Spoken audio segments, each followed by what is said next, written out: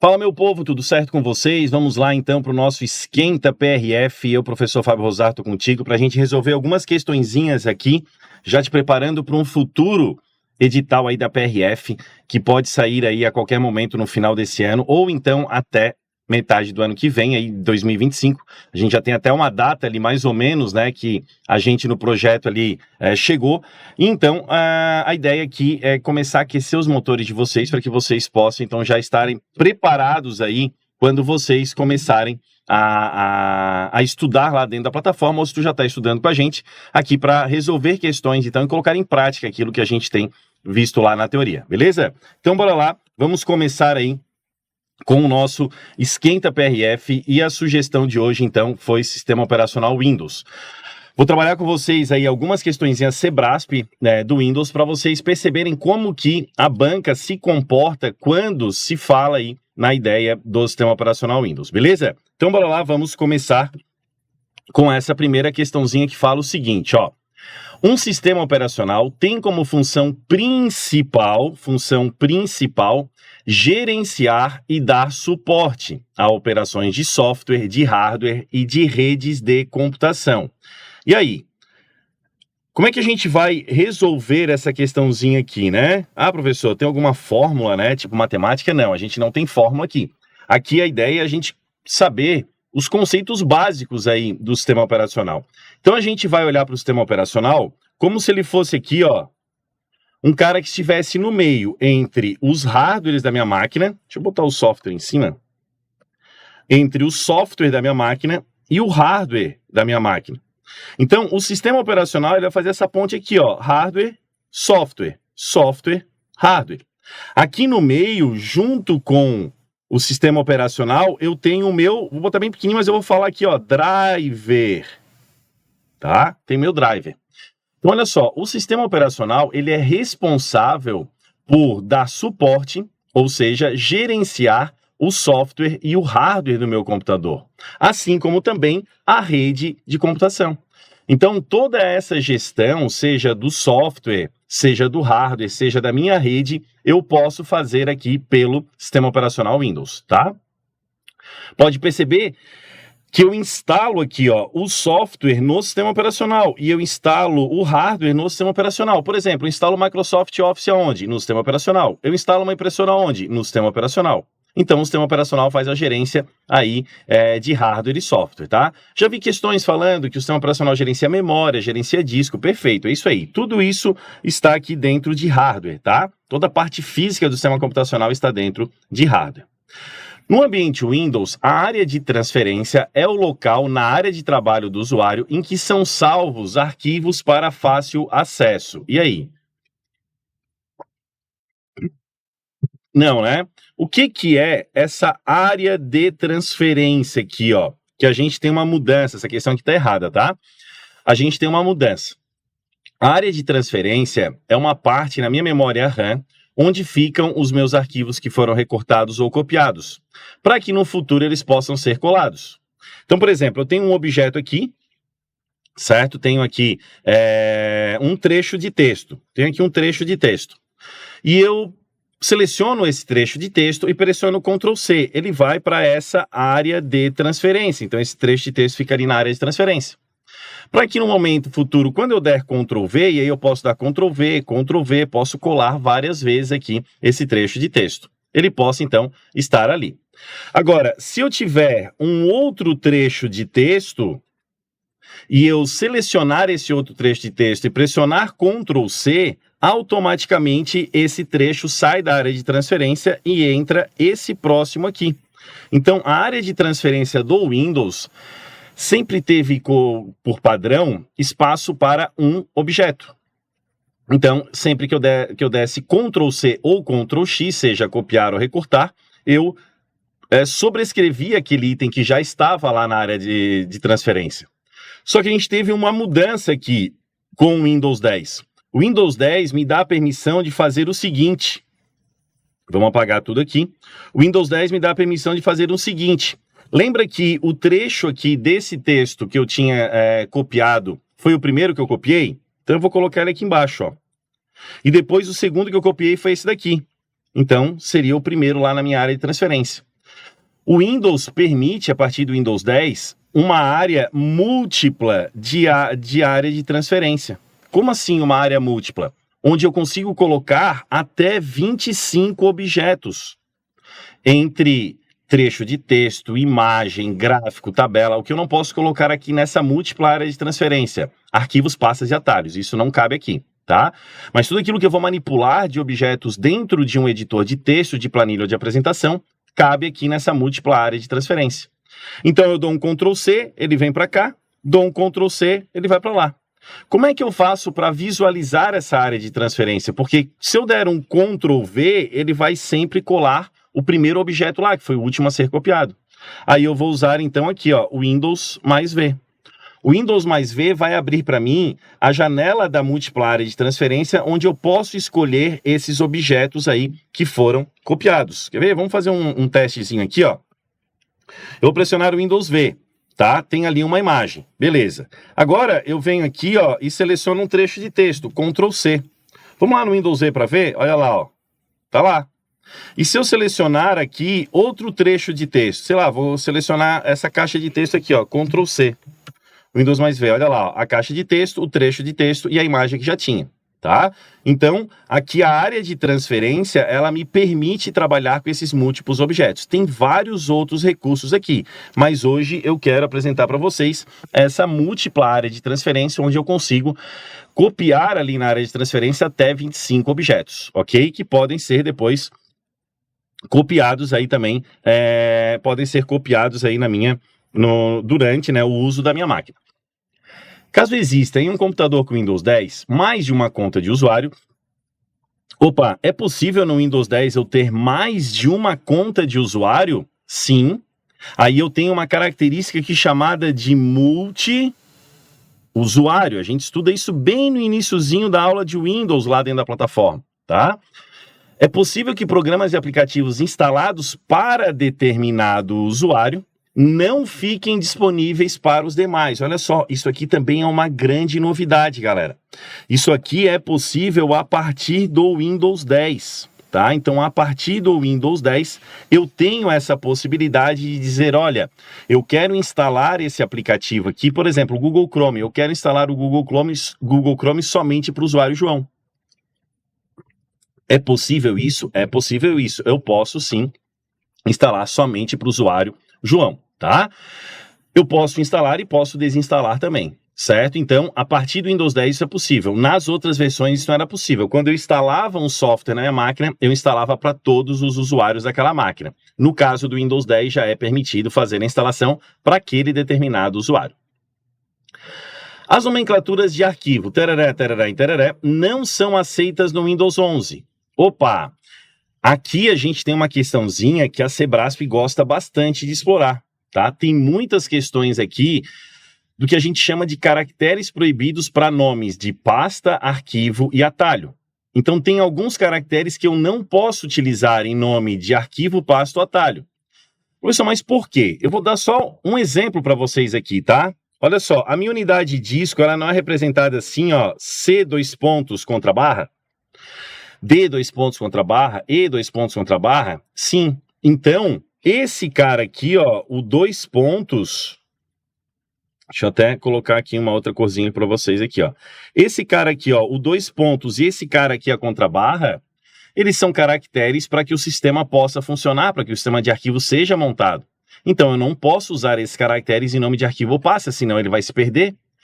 Quando o Windows olha para o dois pontos, ele entende que aquilo que está antes é a unidade de disco. E aquilo que tem a contrabarra quer dizer que ele começa a fazer aqui a estrutura de diretórios. Então, por exemplo, ó. Não era para ter aparecido assim daqui. Fica aí. Ó, eu coloco aqui uma pasta, e ele vai fazendo essa divisão ali com uma contrabarra, certo? Então, quais são os caracteres que não podem ser utilizados em nome de arquivo ou pasta? Vamos primeiro analisar aqui a questão e daí depois eu trago o bizu para vocês. Então, eu tenho aqui ó, o asterisco não pode, o símbolo de menor não pode e aqui o símbolo de dois pontos não pode. certo? E quem é essa menina que apareceu ainda há pouco aí para vocês? Então, essa daqui é uma que vem comigo desde que eu dou aula, desde 2014. Ela aparece aí, ela está comigo aí desde aquele momento. Por quê? Porque eu precisava de uma forma de mostrar para vocês de quais são os caracteres que são utilizados que são proibidos em nome de arquivo ou pasta. E não existe uma regra, não existe os caracteres, todos os caracteres de pontuação, não, tem caractere de pontuação que pode. Todos os caracteres estranhos também não. Quer ver alguns que aparecem em prova, que são estranhos e podem, por exemplo, ponto de exclamação, o arroba, hashtag, o e-comercial, o cifrão, o ponto pode ser usado várias vezes, o hífen pode ser utilizado, tá? Posso usar aspas retas, aspas curvas. Então vamos lá. Os caracteres que não podem ser utilizados aqui, a gente vai lembrar da Zida. Olha aí, para quem está na PRF vai ter que fazer barras, né? A Zida fazendo barras e suando. Professor, vamos lá. Como assim? Olha aqui, aqui eu tenho o símbolo de maior, aqui eu tenho o símbolo de menor, no Z da Zida. O I de interrogação, D de 2 pontos e o A de asterisco. Então, tem a Zida ali. Aí eu tenho aqui, a minha barra, a minha contrabarra e o meu pipe, que é a barra em pé, que não podem também. E ela está suando, que é minhas aspas retas aqui, certo? Então, essa questãozinha está correta, porque sim, tem caracteres que não podem ser utilizados aqui em nome de arquivo ou pasta, a gente já pontuou quais são eles, tá? E é uma questão bem batida aí nas provas da Sebrasp. No Windows Explorer, os arquivos apagados são enviados para a lixeira. Em regra, são enviados para a lixeira. De onde são removidos permanentemente, tá errado também, né, galera? Vamos lá. Como é que funciona a lixeira aqui do sistema operacional? A lixeira do sistema operacional, ela vai funcionar da seguinte forma. Ela tem um espaço de armazenamento. Eu não posso exceder esse espaço de armazenamento com a exclusão de um único arquivo. E esse espaço, então, ele é gerenciado aí pelo sistema operacional. Em regra, quando eu seleciono ali, por exemplo, um arquivo e pressiono del ou delete, ou então Ctrl mais D, eu envio esse arquivo aqui para a lixeira, tá? Em regra, é isso que acontece. Quais são os dispositivos que não possuem lixeira? Não possuem lixeira. Então, vamos lá. Não possui lixeira aqui, o meu pendrive, o meu cartão de memória e o meu dispositivo em rede. Então, pendrive, cartão de memória e pastas compartilhadas em rede não possuem lixeira. Sempre que eu excluo arquivos desses caras aqui, RIP, morreu. Tá? Vai ser excluído de forma definitiva. Ok? Mas só nesses casos aqui, pendrive, cartão de memória e pastas compartilhadas em rede. Percebe que eu fui bem catedrático aqui em falar em pendrive, cartão de memória e não falei em HD externo, por quê? Porque o HD, seja ele interno ou externo, ele possui uma lixeira própria, ok? E qual é, uma outra questãozinha, qual é a tecla que em combinação com o delete exclui o arquivo de forma definitiva, sem passar pela lixeira? Quando acontece esse tipo de questão, eles geralmente colocam nas alternativas ali, Alt, Ctrl e Shift. Para quê? Porque são as teclas mais utilizadas como tecla de atalho, Alt alguma coisa, Ctrl alguma coisa e Shift alguma coisa. Então, tu vai lembrar o seguinte, olha, para excluir o arquivo de forma definitiva, de forma que ele vai sumir para sempre, S de some para sempre, tu vai usar aqui o Shift mais Del, tá? Shift mais Del vai excluir o arquivo de forma definitiva, sem passar pela lixeira. Show de bola? Então aqui, em regra, os arquivos que são excluídos são enviados para a lixeira. Certo? E aqui essa questão já está errada, posso até identificar aqui 2 erros, né? Nem todos os arquivos apagados são enviados para a lixeira, mas ok, se viesse assim, os arquivos apagados são enviados para a lixeira, fica meio subjetivo, né? E piorou, né? Ele está dizendo, olha, quando vai para a lixeira, são removidos permanentemente. Não, eles ficam na lixeira até que o usuário restaure ou limpe a lixeira ou exclua esse arquivo definitivamente lá, tá? É possível criar novas áreas de trabalho no Windows 10. É possível. Por meio do acionamento das teclas Alt mais Tab e no ambiente disponibilizado, clicando na opção Nova Área de Trabalho. Essa é a questãozinha da Sebrasp aqui, que é uma das mais chatinhas que tem de a gente resolver, porque ela traz aqui para a gente o conceito todo correto e um detalhezinho torna essa alternativa errada. Qual é o detalhe? Não é Alt mais Tab. Aqui eu tenho que usar a tecla Windows.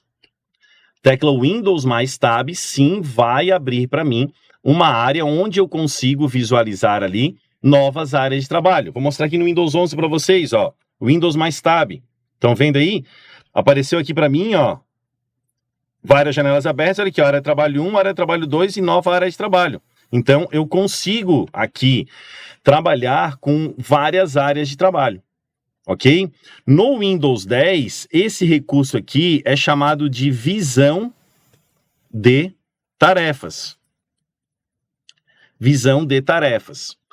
No Windows 11 também pode ser chamado de visão de tarefas, tá? Ele também pode ser chamado aí dessa forma. Só que eu já vi que estão chamando essa área aqui também de timeline ou linha do tempo, tá? Timeline ou linha do tempo. Não sei por que chamaram assim.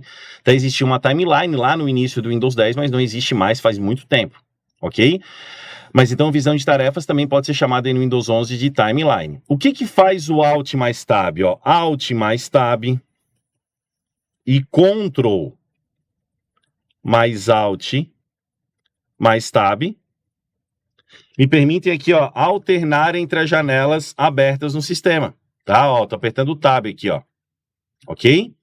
Então, o Alt mais Tab é só para alternar entre as janelas abertas. Para me mostrar uma nova área de trabalho, aí eu tenho que usar o Windows mais Tab, que é a tecla de atalho do visão de tarefas ou da timeline. Bora lá, a próxima questãozinha fala assim, ó.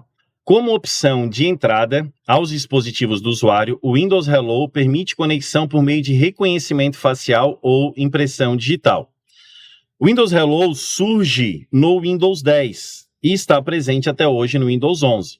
Ele permite com que o usuário possa se identificar para o sistema usando recursos de biometria, tá? Algo que já tem aí no teu celular há muito tempo. Quais são os recursos de biometria que estão aqui presentes no Windows Hello? Reconhecimento facial, impressão digital e tem mais uma aqui, reconhecimento da íris, tá? Veio como novidade no Windows 10, persiste no Windows 11 e isso já existe há muito tempo nos celulares. Então, questãozinha está correta, uma novidade do Windows 10, surgindo aí numa questãozinha de agora, de 2024, tá? Sebrasp é uma das bancas que adora aí, quando aparece uma novidade no sistema operacional, ela adora trazer essa novidade aí para a prova e ficar aí massificando sobre essa novidade.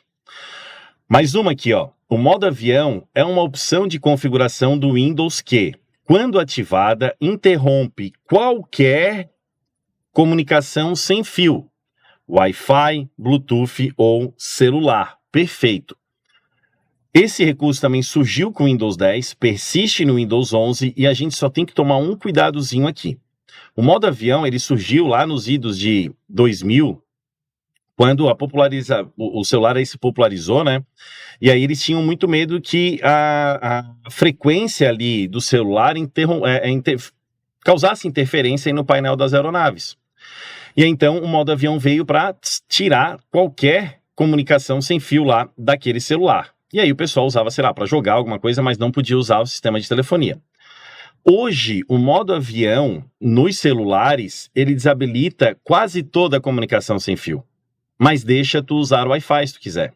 Então, descobriram então que não tinha interferência da frequência do sinal de Wi-Fi com o painel da aeronave. E aí o sinal de Wi-Fi eles permitem, tanto é que eles vendem Wi-Fi dentro da aeronave, né?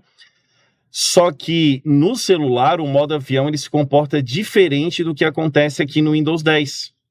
No Windows 10, o modo avião vai matar toda a comunicação sem fio. Então vai matar o Wi-Fi, Bluetooth, sistema de telefonia, celular, vai matar também o NFC, que é aquele de aproximação. Então ele vai matar qualquer comunicação sem fio, tá? Só toma cuidado Porque se a questão terminasse aqui, ó, o modo avião é uma opção de configuração do Windows que, quando ativada, interrompe qualquer comunicação. Aí estaria errado. Porque quando ele fala de qualquer comunicação, se eu pegar um cabo de rede e conectar ali no computador, ele não vai funcionar? Vai. O cabo de rede vai. Só que sem fio não vai funcionar. Beleza? Então, duas novidadezinhas já vimos aí sobre o Windows 10. A gente tem o Windows Hello e o modo avião. Vamos lá agora um recurso de segurança no Windows 10 para minimizar o acesso não autorizado a dados, tornando os dados inacessíveis por meio de criptografia. É correto utilizar o recurso denominado BitLocker. Perfeito. Quando surge esse BitLocker lá no Windows 7, começou a desabar nas provas. E desde então, esse BitLocker ele vem ano a ano aparecendo aí em algumas provas, tá? Eu tenho 3 recursos de segurança no Windows, que a gente estuda até bem aprofundado lá dentro da plataforma. A gente fala sobre o Windows Defender, a gente fala sobre o Firewall e a gente fala sobre o BitLocker, tá? O BitLocker, eu gosto de fazer esse bizu aqui com vocês, ó, para vocês gravarem bem, ó, BitLocker, o C grandão com C 2 pontos e o C de criptografia. Porque quando fala de criptografia, quando ele fala de BitLocker, ele está falando de criptografar a unidade principal do sistema operacional. E qual é a unidade principal do sistema operacional, onde o sistema operacional está instalado e todos os softwares estão instalados? É a unidade C 2 pontos. Como é que funciona o BitLocker? Se o teu computador estiver com o BitLocker desativado, e esse é um dos recursos que vem desativado por padrão, o Defender vem ativado e o Firewall vem ativado por padrão. Ou seja, terminamos de instalar o Windows naquela máquina, ele já ativa o Firewall e já ativa o Defender. O BitLocker fica desativado, tá? Com o BitLocker desativado, se o teu notebook for furtado, por exemplo, a pessoa talvez não consiga nem acessar o notebook porque não tem a senha do Windows ali, mas ela pode tirar o HD de dentro do notebook e ler todos os dados que estão ali dentro. Se o BitLocker estiver ativado, ela não vai conseguir fazer isso, porque os dados estão todos criptografados, estão todos embaralhados. Então a ideia aqui é a seguinte: desligou a máquina, o BitLocker ativa. Religou a máquina, o BitLocker desativa, naquele computador, tá? Então, liguei o computador, entrei com as minhas credenciais lá, meu usuário e minha senha. Ele vai descriptografar os dados da unidade. Agora, quando eu desligo a máquina, ele vai criptografar os dados da unidade, tá? Então, esse daí é o nosso BitLocker. Vamos lá. Para uma estação de trabalho Windows 10 em que o Microsoft Defender esteja instalado, ativado e funcionando, não há solução anti-malware sendo executada, uma vez que o Defender funciona como antivírus e não como anti-malware. Galera, quando a gente fala de malware, a gente coloca várias espécies abaixo, dentro desse balaio aí de malware, né? Então a gente tem o gênero que é malware e abaixo desse gênero a gente tem várias espécies, o vírus, o worm, o trojan, o rootkit, o spyware, o vírus está junto. E aqui a gente tem que tomar cuidado com o seguinte: no Windows 10, o meu Windows Defender, ele vai me proteger contra vírus e contra spyware. Opa, então eu posso dizer que o Windows 10 possui um antivírus nativo? Sim, tu pode dizer isso.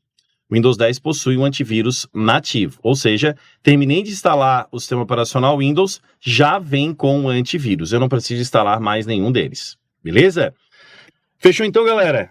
Essa era a minha ideia para vocês, então, a gente fazer aí um mega resumo sobre o Windows em relação a Cebrasp, tá? Então, essa tropa sensacional aí cuidando do caminho da aprovação de vocês para a PRF. Nesse QR Code tu pode conhecer um pouquinho mais sobre esse projeto, então aponta ali a tua câmera para esse QR Code e vem fazer parte junto aí com esse caminho para a PRF, né? Vocês conhecem essa galerinha aí toda que está tocando esse projeto aí junto com o grande Girão, né? Ele fez aí um curso sensacional de CTB, convidou alguns professores para que a gente pudesse aí trazer participações de outras disciplinas também para dentro para dentro aí do caminho da aprovação de vocês, tá? Sempre focado na PRF, obviamente. Vocês viram que a gente respondeu só questões Sebrasp aqui, que sempre foi a banca da PRF aí. E a ideia é a gente trabalhar em cima daqueles principais itens do edital. O Girão vai trabalhar o CTB inteiro com vocês ali, toda a parte específica para a PRF, e nós vamos trabalhar com as principais partes aí das nossas disciplinas. Valeu, galera? Um abraço, bons estudos, até uma próxima. Tchau, tchau.